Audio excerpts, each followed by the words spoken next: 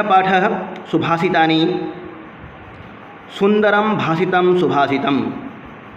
सुंदर बोलने को बोलने को ही सुभाषित कहते हैं, भाष बोलने कहते हैं, और बोलना होता है व्यक्त वाणी को ही बोलना कहते हैं। अर्थात यत्र जीवने उपयोगी विषयानां संदर्भे सार्वभौमिक रूपेण संगतम कथनम प्रस्तूयते। यत्र जहाँ पर जीवन में उपयोगी विषयों के संदर्भ में सार्वभौमिक रूप से संगतम कथनम प्रस्तूयते, संगत कथन प्रस्तुत किया जाता है, तदैव प्रायशः सुभाषितम, वही प्रायः सुभाषित कहलाता है। सुभाषितम इति पदस्य प्रथम प्रयोगः वाल्मीकि रामायणे प्राप्यते। सुभाषित इस पद का प्रयोग सर्वप्रथम कहाँ मिलता है? वाल्मीकि रामायण में। किंतु तत्र शब्दोयम क्रियारूपे प्रयोज्यते। किंतु तत्र शब्दोयम, परंतु वहाँ पर यह शब्द क्रिया रूपे प्रयोज्यते, क्रिया के रूप में प्रयोजित होता है, प्रयोग होता है। प्रयोज्यते, प्रयोज्यते, प्रयोज्यन्ते। प्रयोज्यते लट लकार का रूप है, आत्मनेपदी का, आत्मनेपदी लट लकार प्रथम पुरुष एक वचन, प्रयुज्यते युज धातु परा उपसर्ग। रामः लक्ष्मणस्य विषये कथयति यत्, राम लक्ष्मण के विषय में कहता है कि लक्ष्मणेन सुभाषितम, अर्थात लक्ष्मणेन सुष्ठु प्रकारेण कथितम। श्री राम जी कहते हैं कि लक्ष्मणेन सुभाषितम, लक्ष्मण ने बहुत अच्छा कहा है। अर्थ क्या कहता है? सुष्ठु प्रकारेण कथितम, अच्छे प्रकार से कहा। यदि पूछता है कि सुभाषितम का व्याख्या क्या बनेगा, तो सुष्ठु भाषितम, सुभाषितम, सुष्ठु भाषितम एवं सुभाषितम, सुंदरम भाषितम भी बन जाएगा। किंतु कालांतरे सुभाषित इति शब्दस्य प्रयोग प्रातिपदिक रूपे दृश्यते। किंतु कालांतर में, बाद में सुभाषित इस पद का प्रयोग प्रातिपदिक के रूप में होने लग गया। प्रातिपदिक अर्थ बद धातु प्रत्यय प्रातिपदिकम, अर्थवान शब्दों को प्रातिपदिक कहते हैं। यथा सुभाषितानि लेख्यानि, जैसे कि सुभाषित लिखना चाहिए। इदम सुभाषितम मनोहरम विद्यते, यह सुभाषित मनोहर है।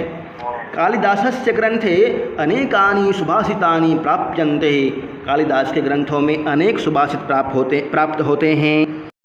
वर्तमान समय में सुभाषितम इति पदम प्रातिपदिक रूप एवं योज्यते है। वर्तमान समय में सुभाषित यह पद प्रातिपदिक के रूप में ही प्रयोग होता है। ध्यान दीजिएगा, सुभाषित शब्द का प्रातिपदिक के रूप में प्रयोग होता है वर्तमान में। क्वेश्चन बनता है, इदानीं सर्वेषु काव्यग्रंथेषु सार्वजनीन रूपेण सार्वभौमिक रूपेण च यत् मनोहारि कथनं प्राप्यते तदैव सुभाषित शब्देन व्यवह्रियते। इदानीं सर्वेषु काव्यग्रंथेषु, अभी सभी काव्य ग्रंथों में सार्वजनीन रूपेण, सार्वजनिक रूप से, सार्वभौमिक रूप से और सार्वभौमिक रूप से यत् मनोहारि कथनम, जो भी मनोहारि कथन है ना, जो भी मनोहारि कथन प्राप्त होता है, सभी सुभाषित शब्द से जाना जाता है, व्यवहार किया जाता है। व्यवह्रियते। संस्कृत जगति श्रुति परंपरातः बहूनि सुभाषित पद्यानि प्राप्यन्ते। संस्कृत जगत में, संस्कृत संसार में श्रुति परंपरा से बहुत सारे सुभाषित पद्य प्राप्त होते हैं। बहूनि सुभाषित पद्यानि, यहाँ पे नपुंसकलिंग का प्रयोग हुआ है। येषां मूल स्थान निर्णय कठिनः, जिनका मूल स्थान के बारे में निर्णय करना कठिन हो जाता है, कहाँ से उद्धृत है। बहुत सारे सुभाषित पद्य प्राप्त हैं, कई बार मालूम भी नहीं चलता है कि इसका मूल स्थान किस ग्रंथ से है। संप्रति बहूनि पुस्तकानि लभ्यन्ते, वर्तमान में बहुत सारे पुस्तक उपलब्ध हैं। यत्र सुभाषित श्लोकानां संग्रह दृश्यते, जहाँ पर सुभाषित श्लोकों का संग्रह दिखता है। नारायण राम आचार्येण संपादिते, नारायण राम आचार्य के द्वारा संपादित सुभाषित रत्न भांडागारम, आचार्य नारायण राम ने एक पुस्तक की रचना की है, उसका नाम है सुभाषित रत्न भांडागारम इति पुस्तके। इस पुस्तक में सार्ध एक सहस्रतः 1500 के आसपास, 1500 के अधिकानाम श्लोकानाम संग्रह दृश्यते। 1500 से भी अधिक श्लोकों का संग्रह वहाँ पे है। प्रस्तुते पाठे छात्राणां चरित्र निर्माणे सहायकानां केषाञ्चन सुभाषित पद्यानां संकलनं प्रस्तूयते। प्रस्तुत पाठ में छात्राणां चरित्र निर्माणे छात्रों के चरित्र निर्माण के लिए सहायक केषाञ्चन कुछ सुभाषित पद्यों का संकलन दिखता है। श्लोक है साहित्य संगीत कला विहीनः साक्षात् पशुपुच्छ विषानहीनः तृणं न खादन्नपि जीवमान तद्भागधेयं परमं पशूनां। साहित्य संगीत कला विहीन, जो व्यक्ति जो मनुष्य साहित्य संगीत और कला से भिन्न होता है उसका जीवन पशु के समान होता है। वो पशु भी किस तरह से? पुच्छ विषानहीनः, ऐसा पशु जिसके पुच्छ और सिंग नहीं हैं। जो मनुष्य साहित्य संगीत और कला से भिन्न होता है वह उस तरह से ही दिखता है जैसे पशु है, और वैसा पशु जो जिसके कि ना ही तो पुच्छ और ना ही सिंग है, बिना पुच्छ और सिंग का पशु है। तृणं न खादन्नपि जीवमान, और ना ही तो वह तिनका भी नहीं खाता है, घास नहीं खा रहा है, फिर भी जीवन यापन कर रहा है। तद भागधेयम परमं पशूनाम, ऐसा उसका भाग्य है जो कि संसार में जीवन यापन कर रहा है। तद भागधेयम परमं पशूनाम। अब ये साहित्य संगीत कला उपजाति छंद, साहित्य संगीत कला विहीना साक्षात् इंद्रवज्रा उक्ता। और अपूर्व कोपिकोशोयम अगला है, अपूर्व कोपिकोशोयम विद्यते तव भारते व्यतोर्वृद्धिमायाति क्षयं मयाति संचयात्। अपूर्व कोपिकोशोयम विद्यते तव भारती ही। अपूर्व, ये जो कोश है विद्यारूपी कोश, यह अपूर्व है। कोपिकोशो अयम कोशः अपूर्वः विद्यते तव भारती, ये बानी के रूप में अपूर्व है जिसका क्षय नहीं होता है। व्यतोर वृद्धि मायाति, व्यतः व्यय करने से बांटने से निरंतर वृद्धि को प्राप्त होती है, और क्षयं मयाति संचयात्, संचयात् इकट्ठा करने से निरंतर क्षय ही होता है, इसका कम होता जाता है। पृथिव्यां त्रीणि रत्नानि जलमन्नं सुभाषितं मूढ़ै पाषाणखण्डेषु रत्नसंज्ञा विधीयते। पृथ्वी में 3 ही रत्न हैं, वे तीनों रत्न का नाम है जल, अन्न और अच्छे वचन। मूढ़ई मूर्ख, पाषाणखण्डेषु पाषाण के टुकड़ों में, रत्न की संज्ञा बोलते हैं कि पाषाण के खंडों में ही रत्न हैं। पैसा को बोलते हैं कि ये रत्न है, परंतु रत्न वास्तव में जल, अन्न और अच्छे वचन हैं। जयन्ति ते सुकृतिनो रससिद्धा, जयन्ति ते सुकृतिनो रससिद्धा कविस्वरः नास्ति येषां यशकाये जरामरणजं भयम्। जयन्ति ते सुकृतिनो रससिद्धा कविस्वरः, वही कवि इस जी बोले। हाँ, रस सिद्धा कविस्वरा वाल्मीकि जी, रस सिद्धा। तो वाल्मीकि में किस रस का प्रयोग किया गया है? हाँ, वाल्मीकि रामायण में करुण रस का प्रयोग है। और महाभारत में शांत रस का है जी। जयंती ते सुकृतिनो, ते सुकृतिनो रस सिद्धा कविस्वरा, ते कविस्वरा सुकृतिनः रस सिद्धा जयंती ही, वे कविस्वर अच्छे कर्म करने वाले रस सिद्धा जयंती विजयी होते हैं।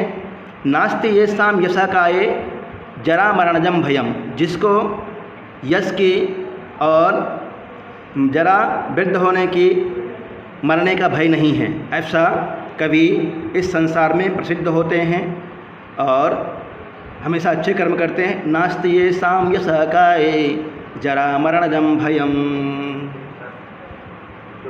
शरीर में बुढ़ापा और मृत्यु का डर नहीं रहता है। हाँ, काया मतलब शरीर, जरा मतलब बुढ़ापा, मरणम मतलब मृत्यु का भय जिसको नहीं रहता है, ऐसा कविस्वर रस सिद्धा जयंती, ऐसे कविस्वर रस सिद्धि हो जाते हैं। यौवनम धन संपत्ति प्रभुत्वम अविवेकिता एकैकमप्य अनर्थाय किमु यत्र चतुष्टयम। ये श्लोक बहुत इम्पोर्टेंट है, शुक्लाशोपदेश में भी आया है इसके बारे में। यौवनम धन संपत्ति ही, यौवनम और धन संपत्ति, जो अभी अभी युवावस्था को प्राप्त हुआ है, जो धन संपत्ति से युक्त है, और प्रभुत्व अविवेकिता, जिसके पास प्रभुत्व बहुत सारे अविवेकिता है। अविवेकिता कब आती है व्यक्ति के पास में? जब नहीं, प्रभुत्वम बहुत सारे उसके पास धन तो क्वेश्चन बनता है सर यहाँ पर यौवन धन संपत्ति प्रभुत्व मतलब स्वामित्व और अविवेकिता एक एकमपि अनर्थाय, ये किसी व्यक्ति के पास एक भी हो ना तो अनर्थ के लिए काफ़ी है। किमु यत्र चतुष्टयम, यदि किसी व्यक्ति के पास चारों आ जाए तो ये तो अनर्थों की जननी हो जाएगी, अनर्थ ही अनर्थ होगा उसके पास। यौवन, धन संपत्ति, प्रभुत्वम और अविवेकिता, ये चार चीज़ का नाम लिया गया है, जो कि प्रत्येक अपने आप में अनर्थ की जननी है, और चारों एकत्रित हो जाए फिर तो अनर्थ ही अनर्थ होंगे। सजातो ये न जाते न याति वंश समुन्नति, फिर कहता है परिवर्तनी संसारे मृथको व न जायते, सजातो ये न जाते न याति वंश समुन्नति। वास्तव में उसके उत्पन्न होने से ही संसार में सजातो ये न जाते न याति वंश समुन्नति, वो वास्तव में उसके उत्पन्न होने से, किसी के उत्पन्न होने से यदि कोई परिवार उन्नत होता है, आगे बढ़ता है, तो उसका जन्म लेना साक्षात हुआ, उसका जन्म लेना सही सिद्ध हुआ। और परिवर्तनी संसार मृतक को बना जाए थे, इस संसार में कौन ऐसा है व्यक्ति है जो नहीं मरता है? परिवर्तनशील संसार में सही व्यक्ति मरते ही हैं। परिवर्तनी संसारे मृतको व न जायते, सजातो ये न जाते न याति वंश समुन्नतिम। पहला लाइन से को दूसरा लाइन में बना दिया है।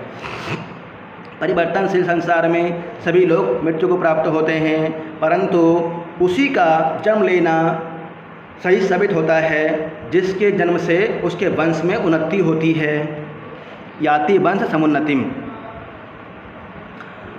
अवश्यम भाविनो भावः भवन्ति महतामपि नग्नत्वं नीलकण्ठस्य महाहीशयनं हरिः। अवश्यम भाविनो भावः भवन्ति महतामपि नग्नत्वं नीलकण्ठस्य महाहीशयनं हरिः। ठीक है, अवश्यम भाविनो भावः भवन्ति महतामपि, महान लोगों का भी जो होना होता है वो तो होकर ही रहेगा। जैसे कहा गया नग्नत्वं नीलकण्ठस्य, जैसे नीलकंठ शिव जी नग्नत्व को प्राप्त होकर भी अहिशयनम, अहिशयनम सर्प पे सोना देखा जाता है।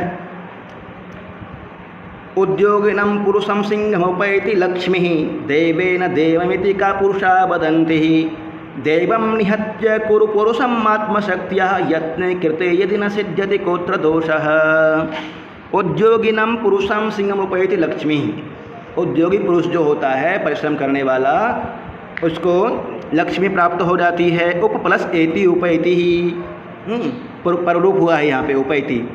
देवेन देवमिति का पुरुषा भदन्ति ही, भाग्य भाग्य इस तरह से करके भाग्य के भरोसे का पुरुषा, जो भाग्यहीन होते हैं, पागल व्यक्ति होते हैं, उस वही बैठते हैं। दैवम निहत्य कुरु पुरुषम आत्मशक्त्या, भाग्य को छोड़ करके यथा सामर्थ्य परिश्रम करना चाहिए। यत्ने कृते यदि न सिद्ध्यति कोत्र दोषः, यत्न करने के बाद भी यदि सिद्धि न हो तो यहाँ पर मनुष्य का क्या दोष है?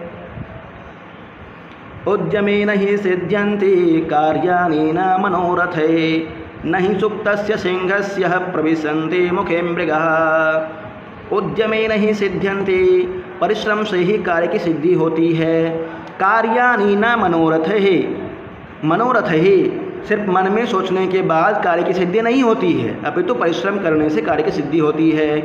नहीं सुप्तस्य सिंहस्य प्रविशन्ति मुखे मृगा, सोए हुए सिंह के मुख में आकर के पक्षीगण, पशुगण मृगः मतलब अन्य पशुगण भी होता है, मृग मतलब हिरण भी होता है और पशु पक्षी भी होता है। तो अन्य पशु वगैरह आकर के उसके मुख में प्रवेश नहीं कर जाता है, उसे परिश्रम करना पड़ता है, शिकार करना होता है। रूप यौवन संपन्नः विशाल कुल संभवः विद्याहीनः न शोभन्ते निर्गंधा एव किं सुखः। भले ही कोई व्यक्ति रूप यौवन से संपन्न हो और विशाल कुल में उत्पन्न हो, विद्याहीन न शोभन्ते, परंतु यदि वह विद्या से हीन है तो निर्गंधा एव किंचुका, किंचुका का एक फूल होता है किंचुका, जो कि ढाक बोलते हैं शायद उसको, देखने में तो अच्छा लगता है परंतु उसमें सुगंध नहीं होता है, निर्गंधा एव किंचुका। उसी तरह से रूप यौवन के संपन्न होने के बाद भी और विशाल कुल में संभव होने के बाद भी यदि वह विद्याहीन है तो उसकी शोभा नहीं होगी। इसके समान निर्गंधा एव किंचुका ही व, किंचुका ही व, पलाश का फूल जी। हियते ही मतिस्तात ही नहीं सह समागमात समस्त समतामेति विशिष्टश्च विशिष्टताम। बहुत अच्छा श्लोक है ये भी संगति के बारे में। कहता है कि हियते ही मतिस्तात, हियते मतलब कि कम हो जाता है, मतिस बुद्धि, हीन ही सह समागमात, यदि हीन व्यक्ति के साथ में कमज़ोर व्यक्ति के साथ में संगत करेंगे तो हम भी कमज़ोर हो जाएंगे। हीन ही नीच पुरुषों के साथ में यदि संगत करेंगे तो निजता हमारे अंदर भी आने लग जाती है। समस्त समता में थी, और समकक्ष व्यक्ति के साथ में यदि मित्रता करेंगे तो समान ही रहेंगे, कुछ उत्थान या पतन नहीं होगा। विशिष्ट विशेषता, परंतु विशेष व्यक्ति के साथ में यदि हम रहेंगे, उनके साथ आचरण करेंगे तो हमारे अंदर भी विशिष्ट गुण आने लग जाएंगे। विशिष्ट विशिष्टता, विशिष्ट ही तृतीया विभक्ति बहुवचन। गुणः गुणज्येषु गुणा भवन्ति ते निर्गुणं प्राप्य भवन्ति दोषाः आस्वाद्यतो या प्रवहन्ति नद्यः समुद्रमासाद्य भवन्त्यपेयः। गुणः गुणज्येषु गुणा भवन्ति, गुणः गुण गुणज्येषु गुणवानों में गुण को प्राप्त कर जाता है। यदि गुण गुणवानों को मिल जाए, गुणी व्यक्ति को मिले तो वह गुणी हो जाता है। और वही ते निर्गुणम प्राप्य भवन्ति दोषा, यदि निर्गुण व्यक्ति को मिल जाए तो वह दोष हो जाता है उसके लिए।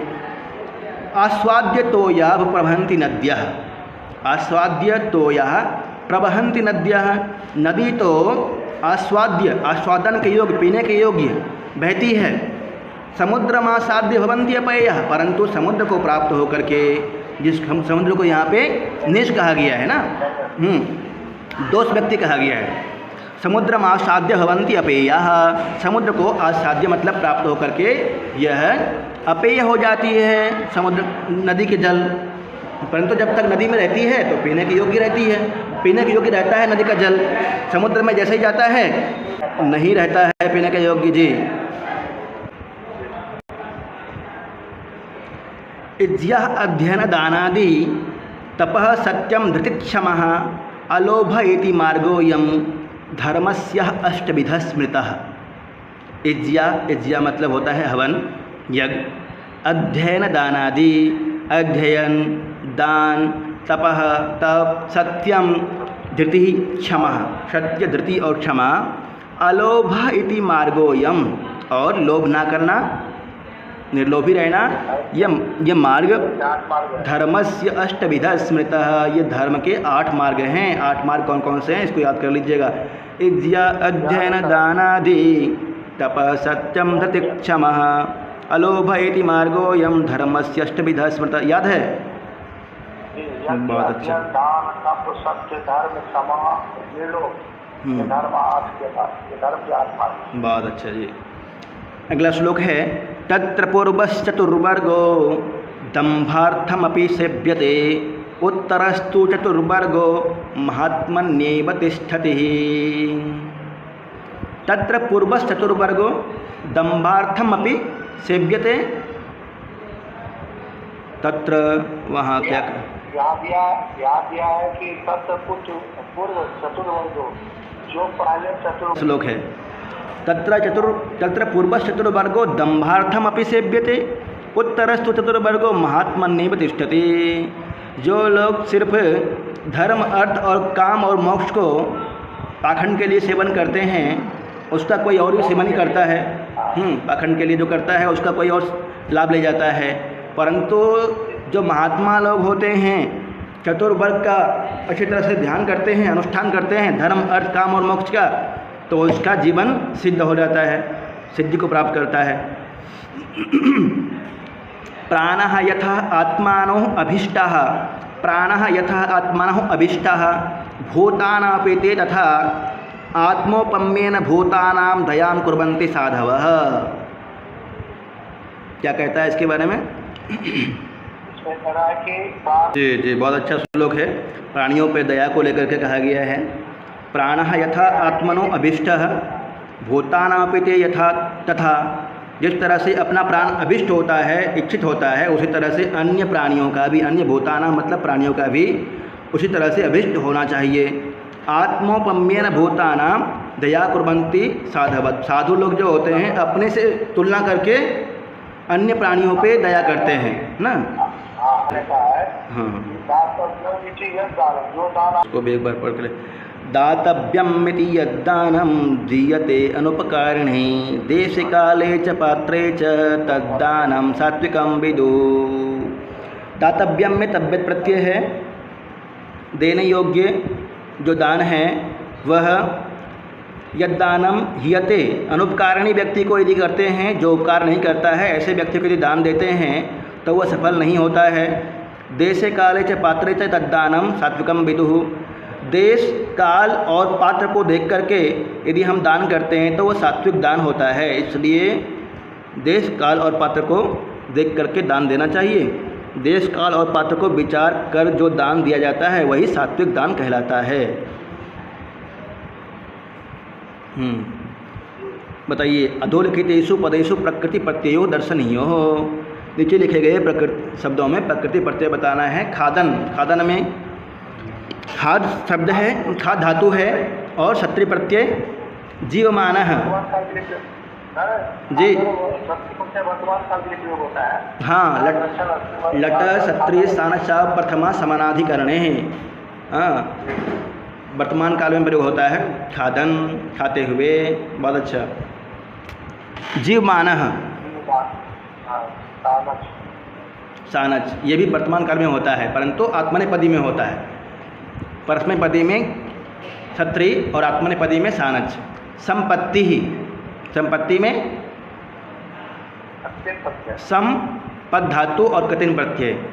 प्रभुत्वम त्वत्, त्वत्। जातः, जातः में जन धातु और कत प्रत्यय, जातः मतलब उत्पन्न होना। देयम, द धातु और यत् प्रत्यय देयम। निहत्य, नि हाँ, निहल्यफ। सुप्तः, हाँ, स्वप जोड़ कत, स्वप धातु है और कत प्रत्यय है। प्राप्य, उपसर्ग आप धातु और लिय प्रत्यय। धृति ही, ध्री जोड़ कतिन, धृति कतिन प्रत्यय, इसमें ध्री धातु है। अभिष्ट, अभिष्टाः, अभि, इष्ट और कतः। इस तरह से क्वेश्चन आ जाएगा, इन सबको अच्छी तरह से देख लेना है। दातव्यम, दा प्लस तब्यत, दातव्यत। अधोलिखितेषु पदेषु छंदे विच्छेदः कार्यः। खादन्नपि, खादन प्लस अपि, खादन्नपि। कोपि, कभी स्वराः, संधि भी बोलते चलिए, संधि। हाँ, नास्ति में हो जाएगा, एक एकम मत भी हो जाएगा, एकम, एक प्लस एकम। जी जी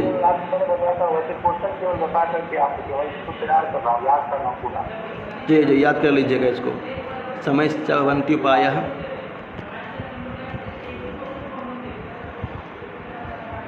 अब इसका जितना क्वेश्चन आंसर दे रखा है वो भी मुझे याद है, क्वेश्चन आंसर मुझे याद होता है। बहुत अच्छा फिर तो। संधि विषय, हाँ बोलते संधि विषय वर्ग देखना है उसको। संस्कृते उत्तरम देहि। पृथिव्यां कति रत्नानि सन्ति नहीं, के कविस्वरा जयन्ति। कविस्वरा जयंती सर जो लास्ट में जो बताया था रस सिद्धा वाला, सुकृतिनः रस सिद्धा कविस्वरा, रस सिद्धा कविस्वरा जयन्ति। लक्ष्मी कम उपैति लक्ष्मी उद्योगिनम पुरुषम। उद्योगिनम पुरुषम लक्ष्मी उपैति। जी। देवेन देवम इति के वदन्ति। देवेन देवम इति का पुरुषा वदन्ति। कार्याणि केन सिद्ध्यन्ति। मति कथम हीयते। अगर आप अपने से नीचे लोगों के साथ रहेंगे तो आपकी मति हीन हो जाएगी। गुणाः कदा दोषा भवन्ति। गुणा निर्गुणं प्राप्य। धर्मः कति विधः। धर्म के 8 विध। जो इसको नहीं पढ़ेगा ना उसको गलत कर देगा। धर्मस्य 10 लक्षणम, परंतु यहाँ 8 दिया हुआ है, ध्यान रखना है। जो इसे नहीं पढ़ेगा तो धर्म का 10 लक्षण याद कर रखा होगा। गति क्षमा दमोस्तेयम शौचम इंद्रिय निग्रह धीर विद्या सत्यम क्रोधम 10कम धर्म लक्षणम, 10 लगाएगा वो। यहाँ पे दिया हुआ 8। ये मार्ग है, ये लक्षण है। हाँ, तो मार्ग वाला पे ध्यान लेके चलना है। वही जो गहराई से पढ़ेगा वो कर लेगा। आप लक्षण भी बता दीजिए सर। हाँ, वही धृति, ये 10 धर्म के लक्षण। धृति, क्षमा, अस्तेयम, शौचम, इंद्रिय निग्रह, धीर विद्या सत्यम, अक्रोध, धर्मस्य लक्षणम। जब तक क्षमा दमोस्तेयम शौचमिंद्रिय निग्रह धीर विद्या सत्यम क्रोधो 10कम धर्म लक्षणम, ये है। साधव भूतेषु दयां कथम कुर्वन्ति। क्या हुए? साधव भूतेषु दयां कथम कुर्वन्ति। हाँ, वो अपनी तरफ सोच करके आत्मोपम्येन।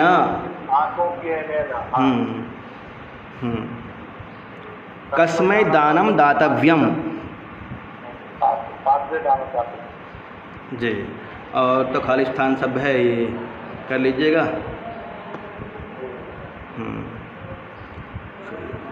ये जो लास्ट में दे रखा है 7वां मंत्र, प्रश्न 7वां।